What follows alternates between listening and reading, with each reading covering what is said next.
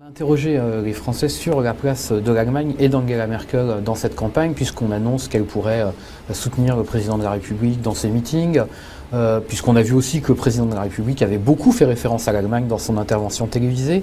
Et on se rend compte qu'il y a un sentiment plus que partagé de la part des Français sur cette place de l'Allemagne.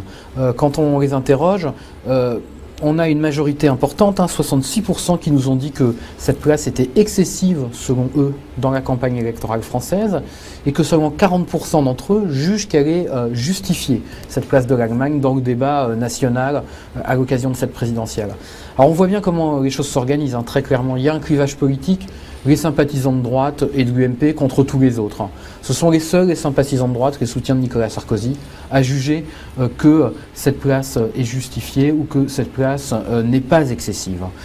Tous les autres, je dirais, tous les autres Français, quelle que soit leur appartenance politique, qu'ils se sentent proches de l'extrême droite, du centre ou de la gauche, rejettent cette implication trop forte de l'Allemagne. Ça montre que c'est un argument à double tranchant pour Nicolas Sarkozy. Certes, il est important et il est utile parce qu'il reconsolide et il resolidifie l'électorat de droite derrière lui et lui permet de maintenir sa place assez fortement dans la perspective du premier tour. Mais en même temps, c'est un argument limité pour espérer, pour Nicolas Sarkozy, renverser la tendance actuelle dans les enquêtes sur le second tour et reconquérir le retard qu'il a face à François Hollande dans cette hypothèse.